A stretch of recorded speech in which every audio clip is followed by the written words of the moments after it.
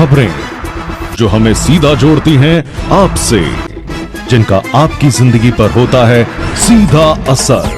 खबर का मतलब है एक भरोसा, और आपका भरोसा है हमारी जिम्मेदारी।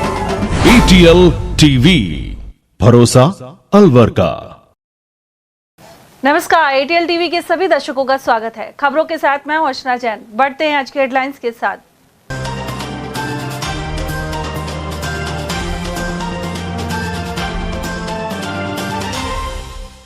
निजी स्कूल का वाहन पलटने से 11 बच्चे हुए घायल। राजगढ़ क्षेत्र के गोट गांव के पास हुई दुर्घटना। वहीं तेज रफ्तार बोलेरो ने बाइक सवार युवक की ली जान। जिला ग्राम रथ अभियान का हुआ आगाज। कलेक्टर ने दिखाई हरी झंडी और मिनी सचिवालय में हुई पतंगबाजी। भिवाड़ी पुलिस द्वारा नाबालिग की पिटाई और रिफाइनरी में आग के मुद्दे पर सरकार को लिया आड़े हाथ। नेता प्रतिपक्ष जूली और कांग्रेस नेताओं ने कानून व्यवस्था पर भी उठाए सवाल। और सूने मकान का फायदा उठाकर चुराए लाखों के नकदी जेवर। शादी में शामिल होने गए थे कटी घाटी निवासी पीड़ित। और अब खबरों को हम जानेंगे विस्तार से। राजगढ़ बांदीकुई मेगा हाईवे मार्ग के मध्य स्थित गोट गांव के समीप मंगलवार सुबह एक निजी स्कूल का वाहन पलट गया। इसके चलते 11 बच्चों सहित 13 लोग घायल हो गए। स्थानीय निवासी जगदीश प्रसाद शर्मा ने बताया कि बांदीकुई के निजी स्कूल का वाहन एक बाइक को बचाने के चक्कर में असंतुलित होकर पलट गया। सभी बच्चों सहित घायलों को राजगढ़ चिकित्सालय में भर्ती करवाया गया है। उधर घायल बालिका अक्षिता मीना ने बताया कि वे रोजाना की तरह राजगढ़ से बांदीकुई निजी विद्यालय में पढ़ने गई थी, लेकिन मंगलवार की सुबह एक बाइक को बचाते हुए गाड़ी पलट गई। उधर वाहन चालक विश्राम गुर्जर ने भी घटना की जानकारी दी। वहीं अध्यापिका मनप्रीत कौर ने बताया कि सभी बच्चे सुरक्षित हैं। साथ ही सूचना मिलने पर थानाधिकारी राजेश मीना जाप्ते के साथ राजगढ़ चिकित्सालय पहुंचे। उधर सभी 13 घायलों को प्राथमिक उपचार के बाद छुट्टी दे दी गई है। घटना हुई थी सुबह। मोटरसाइकिल वाला। अच्छा। इधर भी हाँ। पीछे भी मैं हाँ। ठीक हुआ थी। अच्छा। घुमाने के बाद में फिर मैं उसको बताने के चक्कर में। अच्छा। और कितने बच्चे थे उसमें? गाड़ी का एक्सीडेंट हो गया, स्कूल की गाड़ी का। हमारे बच्चे सुरक्षित हैं, हम सब सेफ हैं। आगे से एक बाइक आ रही थी जिसने टक्कर मारी है और वो हमारी गाड़ी डिसबैलेंस हो गई। गाड़ी में कितने बच्चे थे? गाड़ी में 10 बच्चे। सब सही है? सब बच्चे।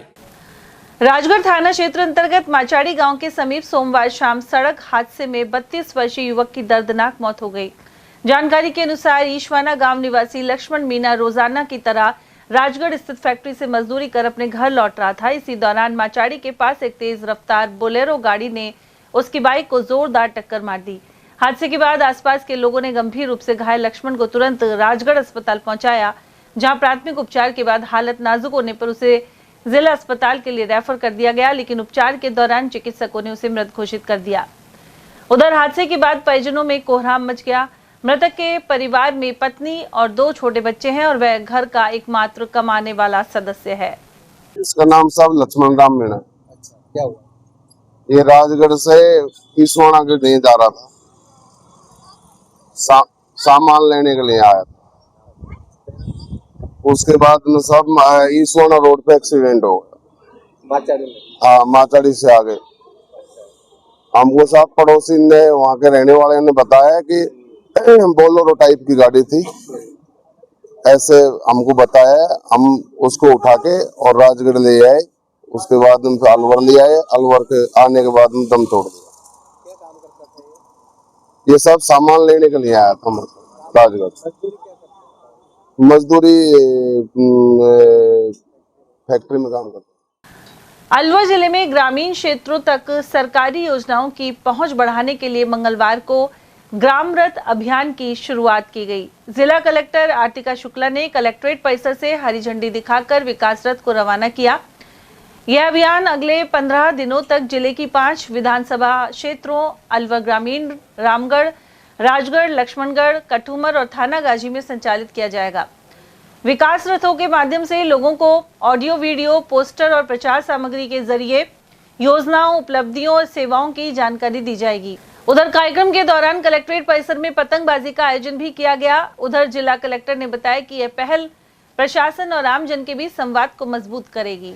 आज माननीय मुख्यमंत्री महोदय के निर्देशानुसार हमने ग्राम रथों को यहाँ से विकसित भारत ग्राम रथों के यहाँ से उनका आगमन किया है और इसमें हमारे साथ यहाँ पे हमारे लोकल कलाकार भी थे। हमने लोक भाषा में गीत भी गाए हैं जो हमारी जन कल्याणकारी योजनाएं हैं। अलवर में 5 जो ग्रामीण विधानसभाएं हैं उनके लिए 5 रथों को हमने यहाँ से रवाना किया है। अगले 15 दिनों तक ये ग्रामीण क्षेत्रों में अलग अलग जगहों पे जो हमने शेड्यूल बनाया है वहाँ रुकेंगी।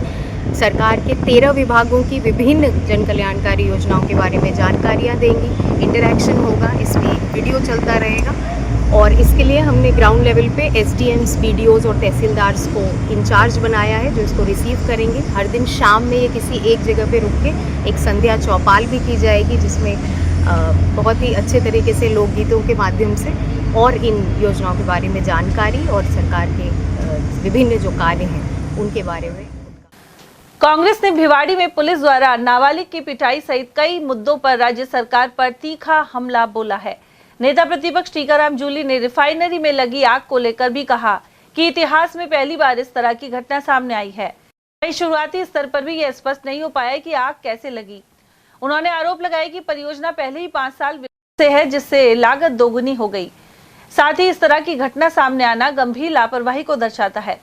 उधर भिवाड़ी में थाने के अंदर नाबालिग के साथ मारपीट की घटना पर उन्होंने कड़ी कार्रवाई की मांग की है। नेता प्रतिपक्ष ने नाबालिगों के साथ दुष्कर्म, बांसवाड़ा में हत्या और आगजनी जैसी घटनाओं का जिक्र भी किया।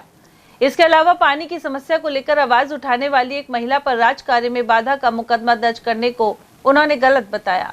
देखिए, मैं परसों परिवारजनों से बात हुई थी। कल मैं और हमारे कांग्रेस के सभी लोग कल हॉस्पिटल में जाकर उस बच्चे से मिल के आए हैं, देख के आए हैं। अभी वो बच्चा होश में नहीं है, सिर्फ आंखें खोलता है। इसके अलावा न वो बोल रहा है, न पहचान रहा है, न कोई और किसी भी प्रकार की एक्टिविटी वो कर रहा है।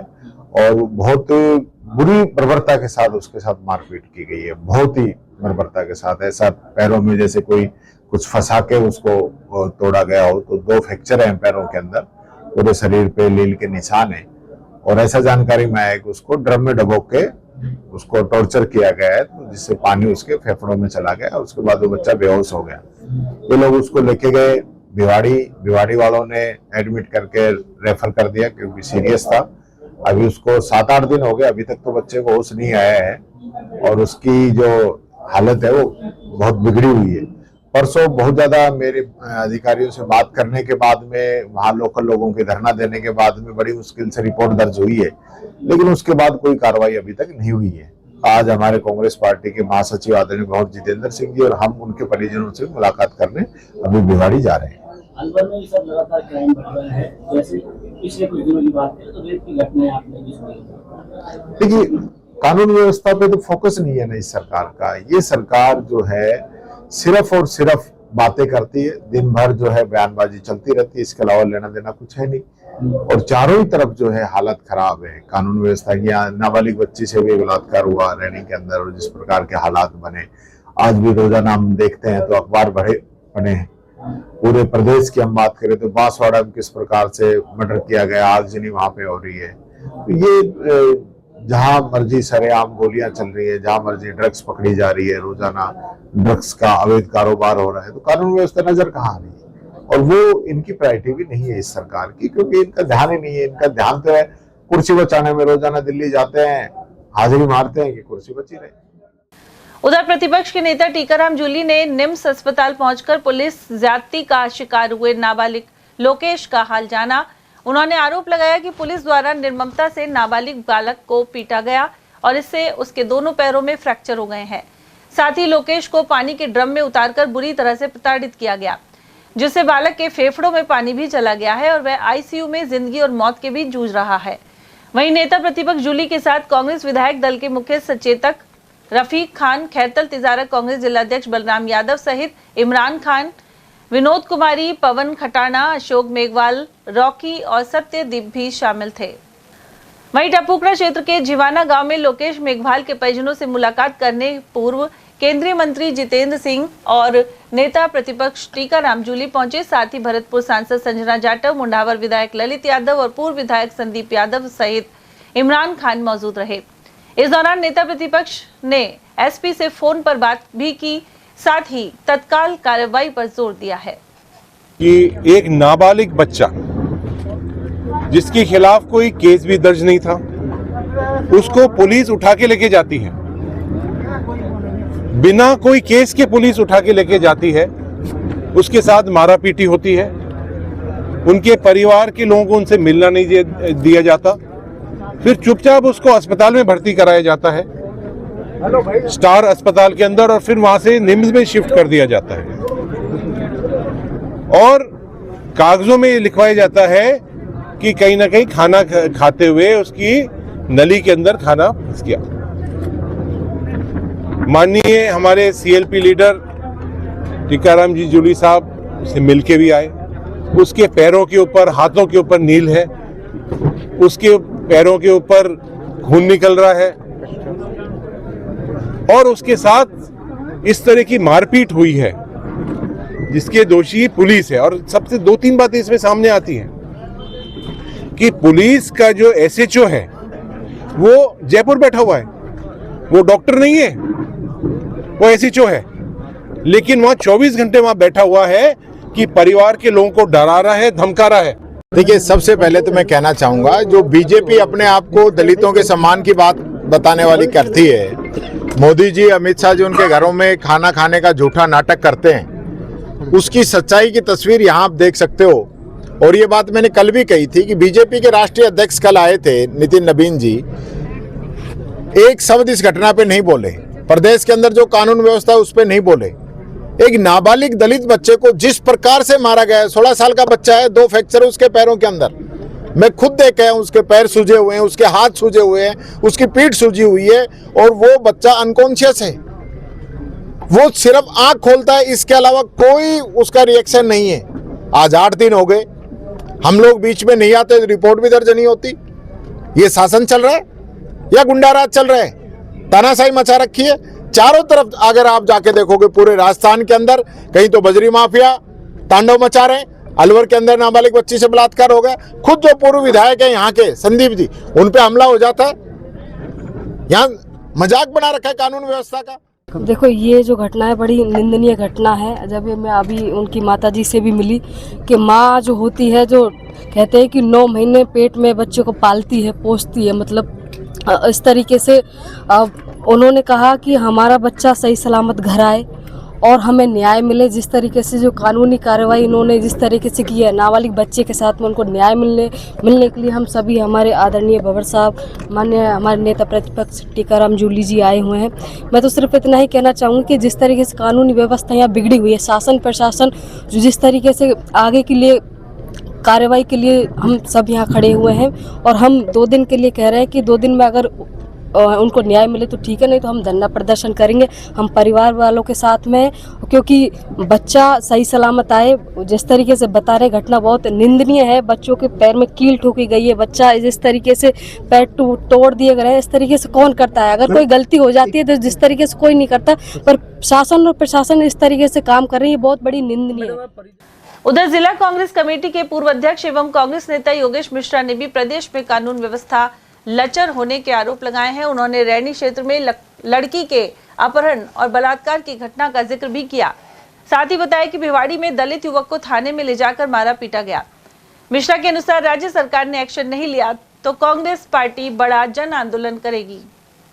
भारतीय जनता पार्टी ने वो चला रखा है, नारी शक्ति क्या है, वो तभी जो ये किस पर लाए थे आरक्षण के कानून पर, नारी वंदन अभिनंदन, वो आपने देख लिया राजगढ़ रैनी में, ऐसा अभिनंदन हो रहा है।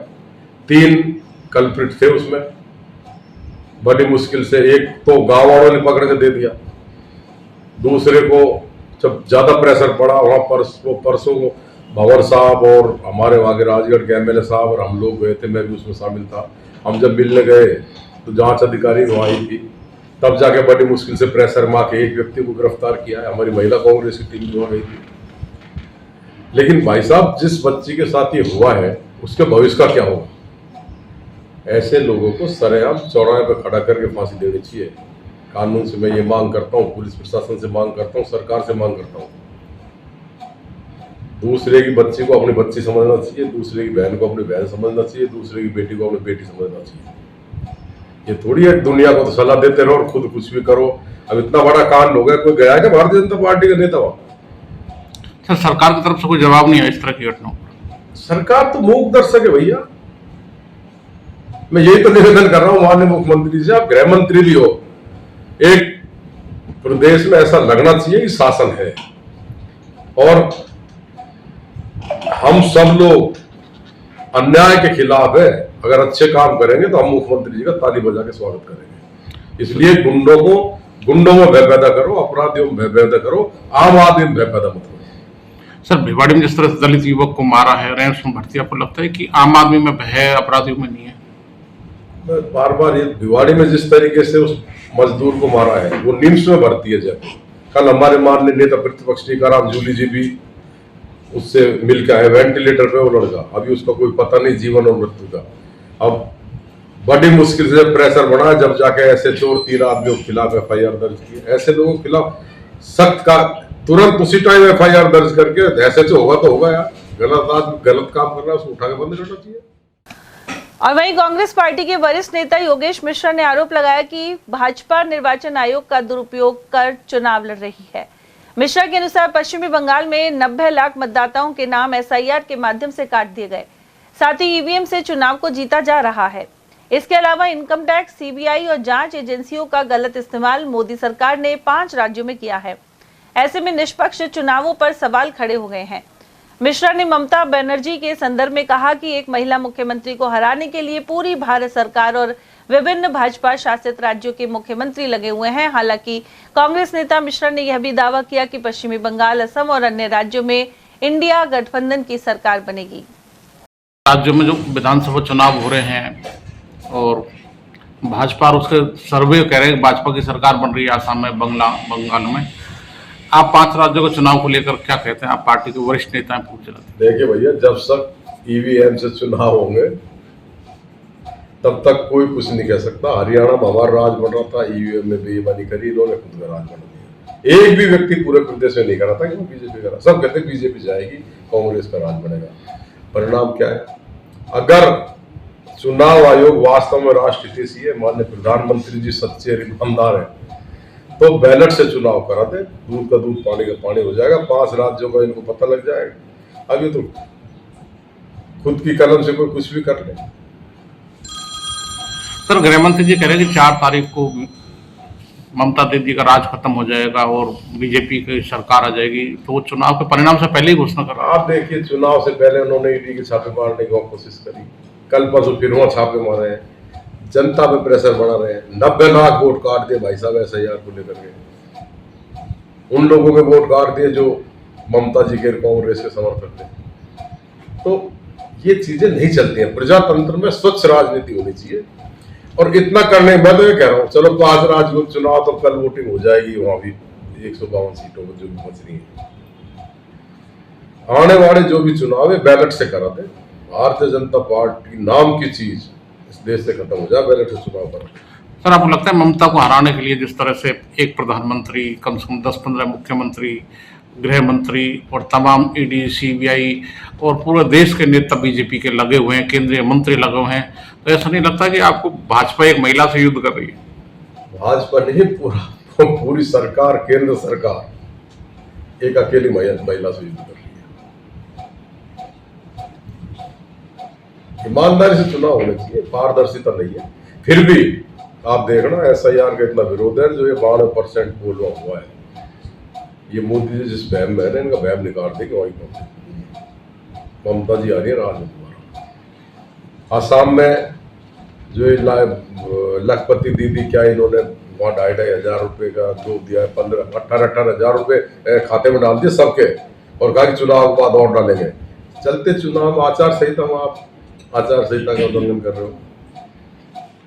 और महिलाओं को भरोसा नहीं है वहाँ की आसाम की को कि ये आगे इनको पैसे देंगे। इन्होंने दिल्ली में नहीं दिए वादा करके। अगर थोड़ी सी भी समझदारी हुई तो आसाम में कांग्रेस का राज बढ़ेगा, पश्चिम बंगाल में ममता जी आएंगी, केरल में हमारी सरकार बनी रही है, और भी 2 राज्यों में हम लोग आएंगे। बेईमानी नहीं हुई तो। अलवर शहर के अरावली विहार थाना क्षेत्र में चोरी की वारदात फिर सामने आई है। यहाँ अज्ञात चोरों ने सोने मकान को निशाना बनाकर लाखों के जेवर और नकदी पार कर लिए। पीड़ित देशराज मीणा मुकुंदपुरा रैनी का निवासी है और फिलहाल श्रीराम कॉलोनी कटी घाटी में रह रहा है।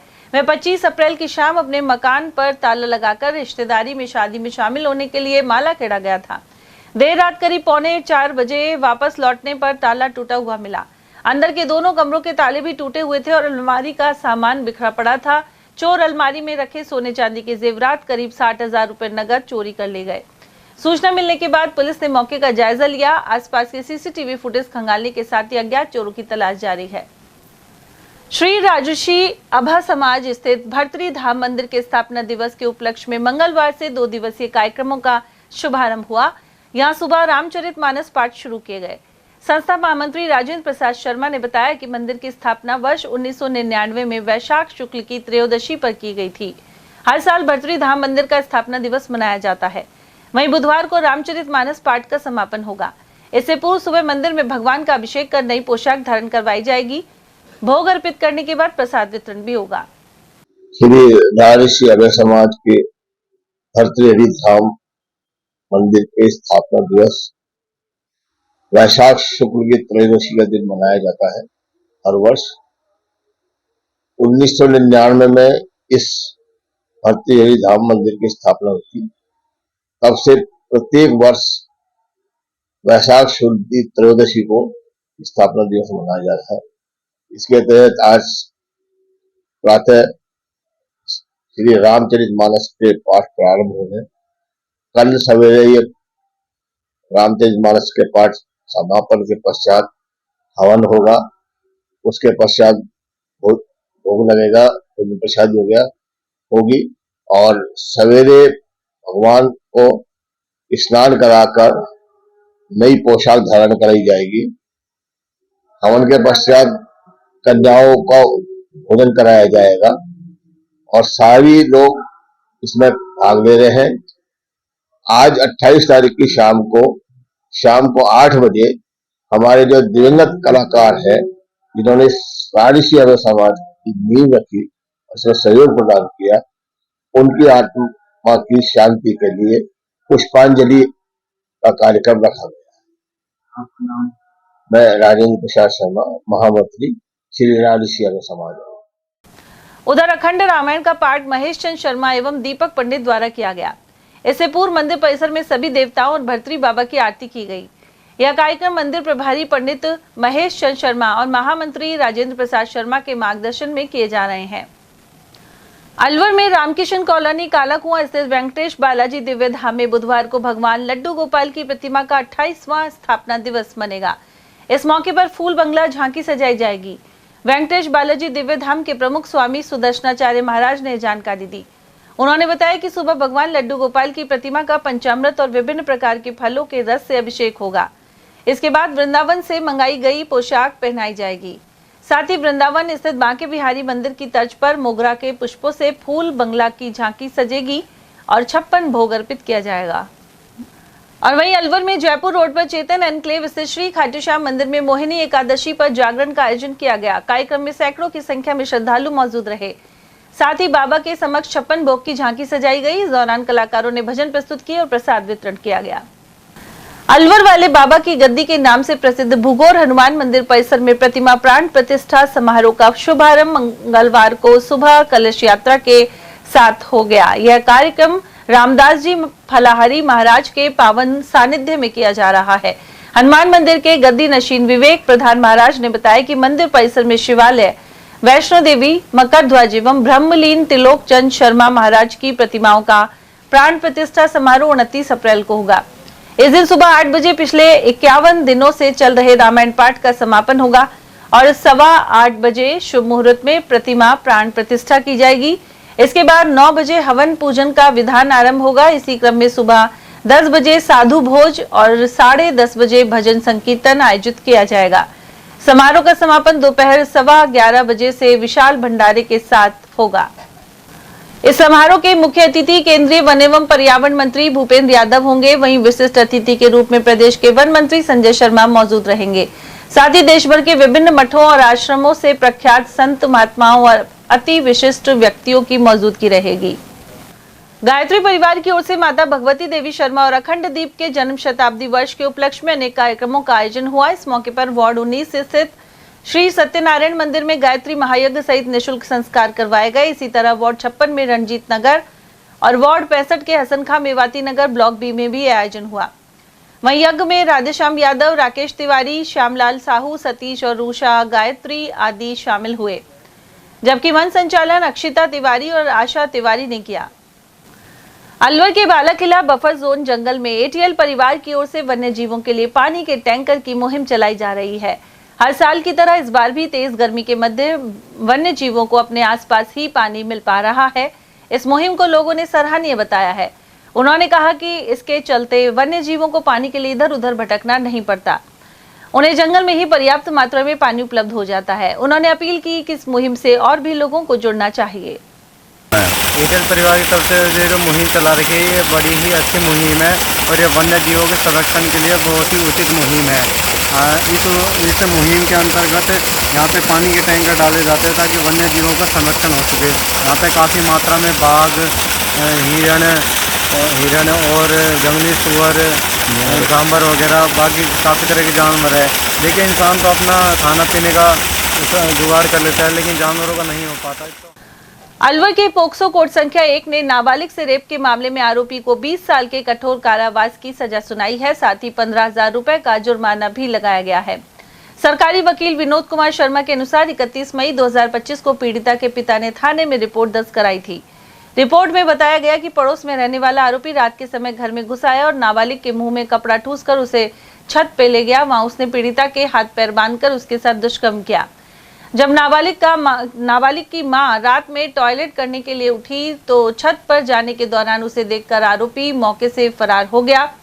इस मामले में मंगलवार को कोर्ट में आरोपी को दोषी मानकर 20 साल की जेल और अर्थदंड से दंडित किया गया है। और यहाँ वक्त एक छोटे से ब्रेक का, आप देखते रहिए ATL TV. Om Aditya public senior secondary school Alwar में बेस्ट फैकल्टी के साथ सर्वश्रेष्ठ बोर्ड परीक्षा परिणाम। स्कूल फीस में ही फाउंडेशन, कक्षा 9th 10th प्री फाउंडेशन, कक्षा 11th 12th विज्ञान वर्ग, वाणिज्य वर्ग, कला वर्ग, हिंदी एवं अंग्रेजी माध्यम।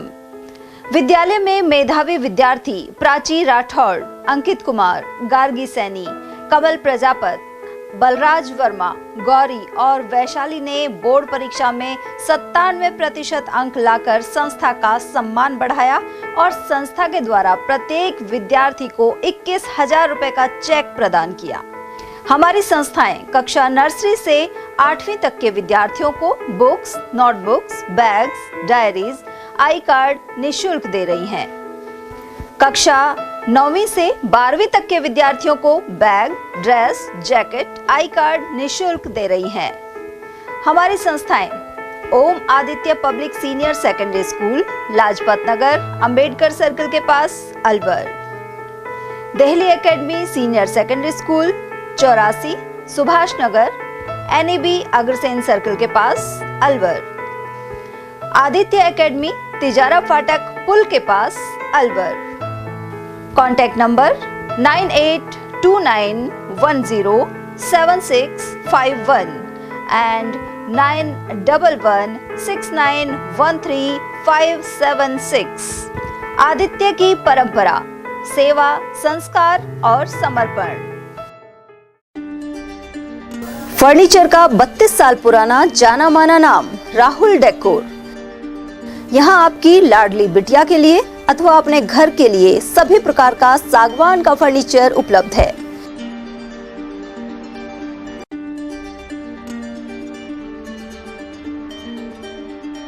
Double bed, dressing table, sofa set सागवान एवं कपड़े वाले तथा सेंटर टेबल, भट्टी कलर, स्टील अलमारी, ब्रांडेड एवं सॉफ्टी फोम के गद्दे आपकी नाप तोल से बनाए जाते हैं।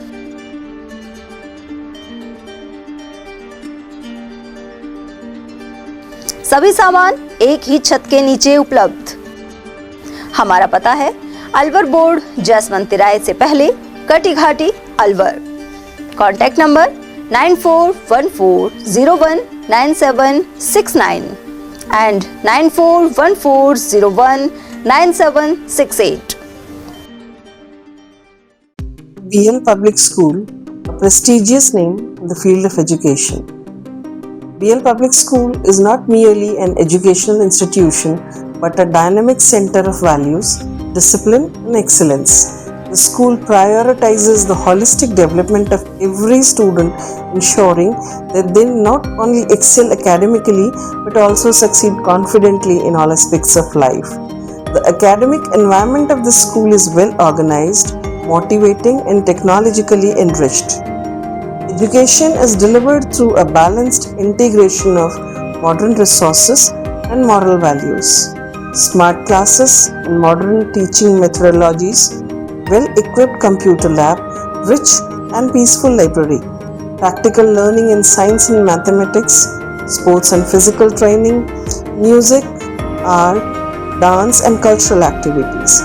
Experienced, trained and dedicated teachers provide personal guidance to students that helps nurture talent and encourage students to become confident and self-reliant individuals. 100% board examination results are attained every year. Several students score 100% marks in subjects which are considered tough like mathematics and science, bringing pride to the institution. The school's alumni are now serving in prestigious positions across various fields, reflecting the quality education imparted by the institution. Although affiliated to RBSE, the academic guidance and standards of the school are maintained at par with CBSE education. Education here is not limited to textbooks. Special emphasis is placed on life skills, moral education, self-reliance, and personality development. Self-praise is no recommendation. Kindly come, visit us, and see yourself. Our addresses.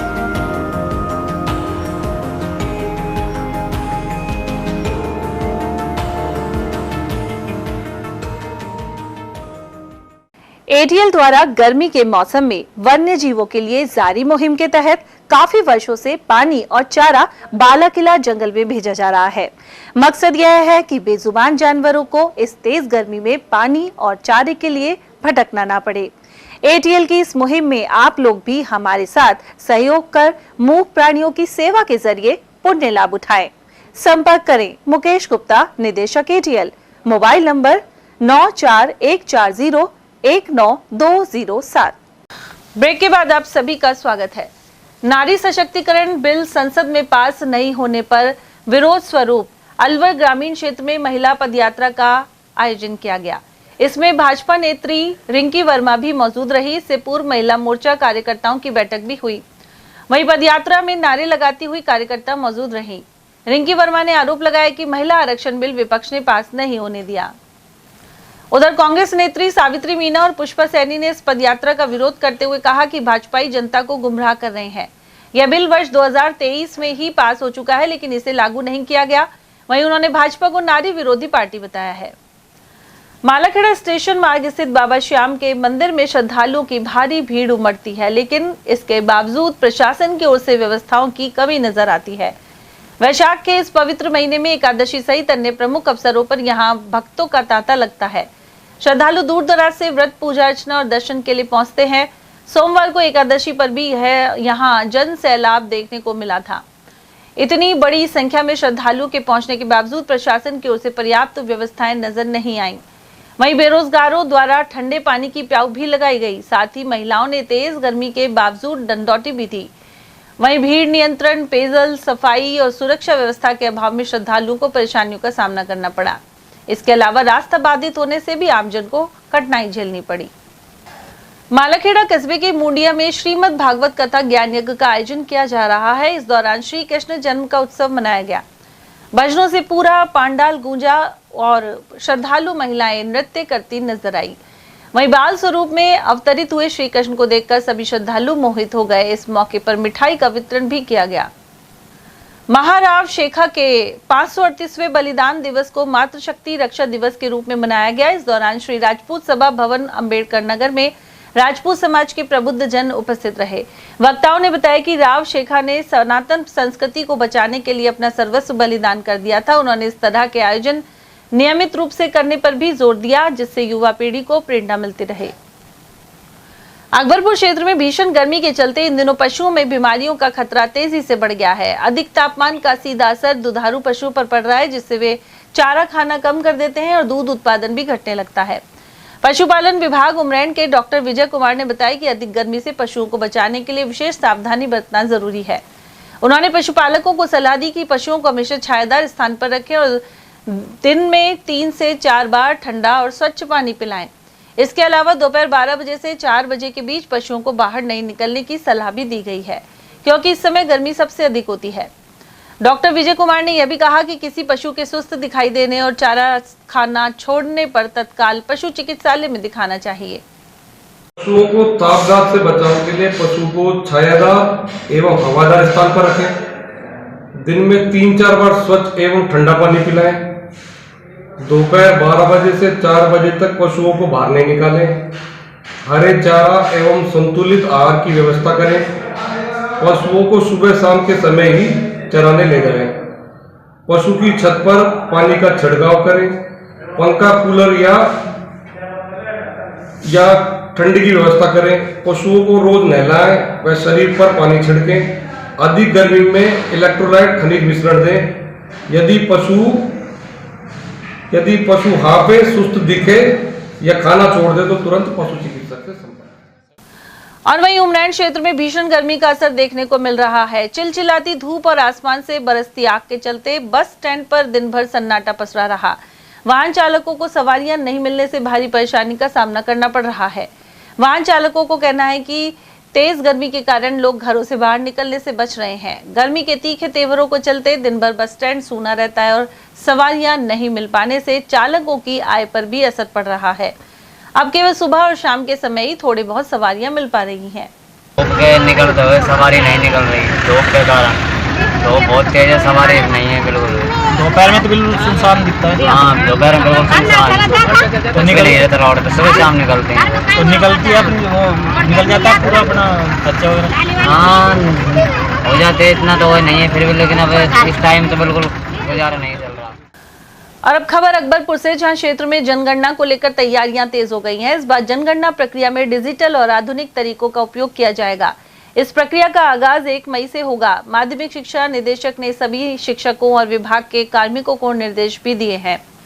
साथ ही स्वगणना के तहत आंकड़े सीधे नागरिकों की ओर से दर्ज किए जाएंगे। ऐसे में त्रुटियों की संभावना कम होगी और घर घर जाकर गणना करने वाले कार्मिकों का कार्यभार भी कम हो जाएगा। जो लोग स्वयं गणना नहीं करेंगे या जिनका सत्यापन नहीं होगा, उनके लिए 16 मई से 14 जून तक प्रमाणक घर घर जाकर मकान सूचीकरण का कार्य करेंगे। भाजपा ने नारी शक्ति वंदन अधिनियम बिल के समर्थन में रैली निकाली। साथ ही कांग्रेस और अन्य दलों के विरोध को आड़े हाथों लेते हुए मंगलवार को चंदोबाई धर्मशाला में जन आक्रोश सभा की गई। रैली चंदोबाई धर्मशाला से शुरू होकर पंडित भवानी साय चौक पर पहुंचकर संपन्न हुई। सभा में भाजपा जिला कार्यकारिणी सदस्य प्रीति शर्मा ने कांग्रेस सहित अन्य विपक्षी दलों को महिला विरोधी बताया। वहीं नीरज शर्मा ने कहा कि इस बिल को पास नहीं होने देने में कांग्रेस की भूमिका रही है। वहीं सीमा मीना ने भी कांग्रेस पर निशाना साधा। इस दौरान मंडल अध्यक्ष प्रकाश दीक्षित, अलका सैनी, प्रीति विजय और रश्मि विजय आदि मौजूद रहे। पार्टी के द्वारा महिलाओं के लिए आरक्षण की बात की गई थी, जिसको कि दूसरी पार्टी जो कांग्रेस पार्टी तथा अन्य पार्टियों ने बिल्कुल ही उसको समाप्त करने के लिए खारिज कर दिया। जो हम महिलाएं उसके बिल्कुल विरोध में हैं और हम चाहते हैं कि महिलाओं में सशक्तिकरण आए। इसके लिए हम जो कोशिश करेंगे और हम चाहेंगे भविष्य में ये जरूर जब भी पारित हो तो बहुत बहुमत के साथ पारित हो और हम उसमें पूरी तरह सहयोग करने के लिए तैयार हैं। नारी शक्ति वंदन के तहत जो हमारी सरकार बीजेपी सरकार है, उसके द्वारा संसद में बिल लाया जा रहा था नारी शक्ति वंदन के लिए और महिलाओं की सीट देने के लिए।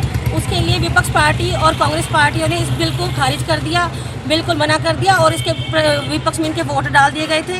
जहां महिलाओं को आरक्षण नहीं दिया गया, इसके खिलाफ हम आरक्षण कर रहे हैं और विरोध कर रहे हैं और आंदोलन कर रहे हैं और करते रहेंगे। ऐसी पार्टी को हम नकारते हैं। बिल्कुल इन्होंने हमारे लिए एक गड्ढा खोदने वाली बात कर दी है। महिलाओं को आगे बढ़ाने की जगह उनको पीछे खींच दिया है। जो चूल्हे चौके तक थी वो वहीं पर सीमित रह जाएंगी। खैरतल तिजारा में ग्राम रथों को मंगलवार को रवाना किया गया। इनके जरिए जन कल्याणकारी योजनाओं, ग्लोबल राजस्थान एग्रीटेक मीट और आधुनिक कृषि तकनीकी के बारे में जानकारी दी जाएगी। ग्राम रथों को कलेक्ट्रेट परिसर में संबंधित विधानसभा क्षेत्रों के लिए झंडी दिखाई गई। इस दौरान जिला कलेक्टर अतुल प्रकाश, पूर्व विधायक रामहेत यादव और जिला प्रमुख बलबीर सिंह छिल्लर आदि मौजूद रहे। ग्राम रथ 15 दिवस तक प्रत्येक ग्राम पंचायत मुख्यालय पर पहुंचेंगे और एलईडी के माध्यम से योजनाओं की जानकारी देंगे। इसके अलावा क्षेत्र की समस्याओं को शिकायत पेटी में प्राप्त करेंगे। यह अभियान जिले के तिजारा, किशनगढ़ बास एवं मुंडावर विधानसभा क्षेत्रों की ग्राम पंचायतों में व्यापक स्तर पर संचालित होगा। इस अवसर पर एडीएम शिवपाल जाट, एसीईओ रामदयाल, मंडल अध्यक्ष मनीष शर्मा, रामबाबू, अशोक डाटा, अनिल मांधू और तरुण दुलानी आदि उपस्थित रहे। खैरतन नगर परिषद वार्ड अभियान के अंतर्गत विभिन्न वार्डों में दौरा किया गया। मुख्यमंत्री ग्रामीण शहरी वार्ड अभियान के अंतर्गत यह कदम उठाया गया।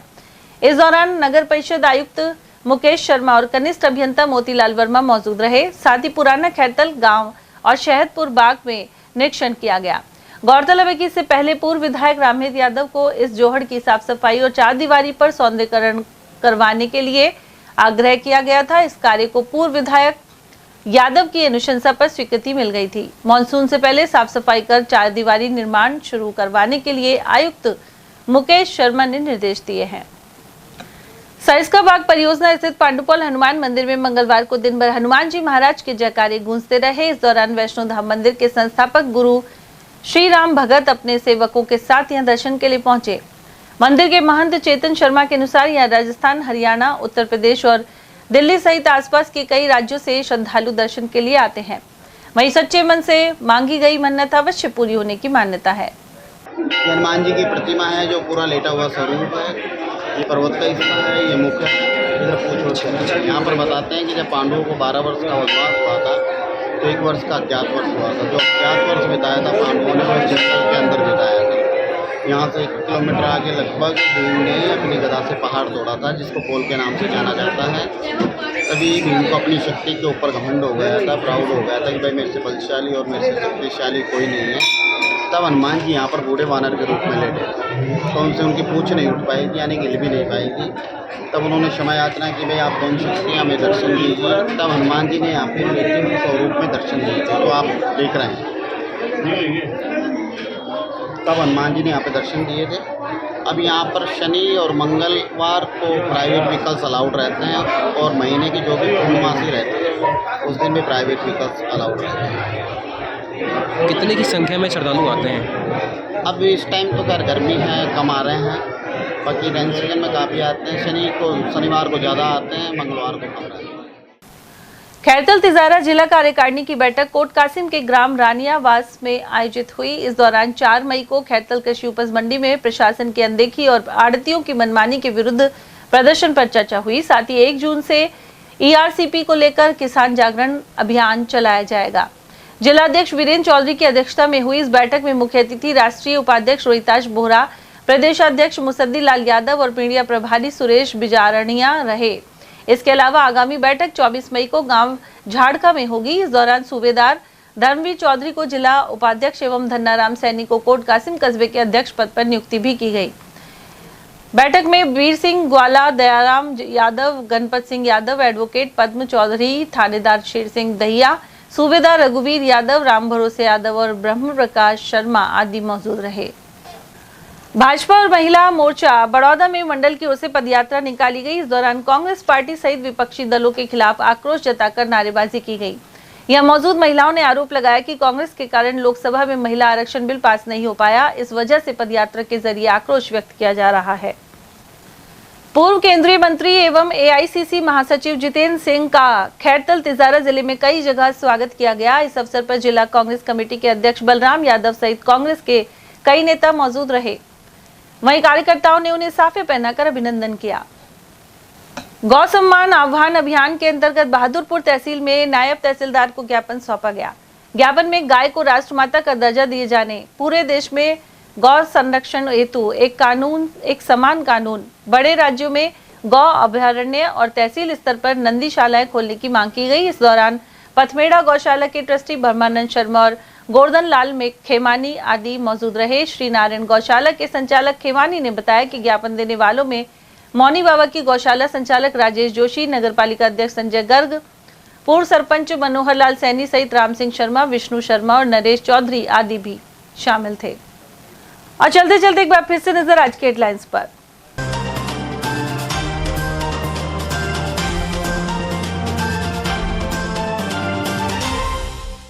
निजी स्कूल का वाहन पलटने से 11 बच्चे हुए घायल। राजगढ़ क्षेत्र के गोड गांव के पास हुई दुर्घटना, वहीं तेज रफ्तार बोलेरो ने बाइक सवार युवक की ली जान।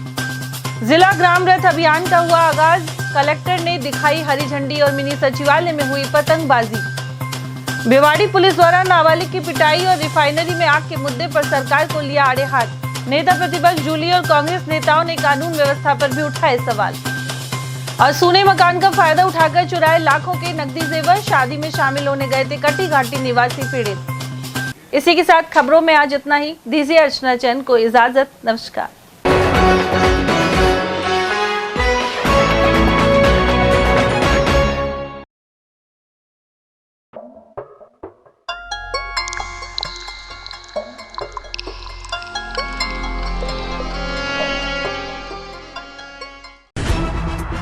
खबरें जो हमें सीधा जोड़ती हैं आपसे, जिनका आपकी जिंदगी पर होता है सीधा असर। खबर का मतलब है एक भरोसा, और आपका भरोसा है हमारी जिम्मेदारी। ATL TV, भरोसा अलवर का।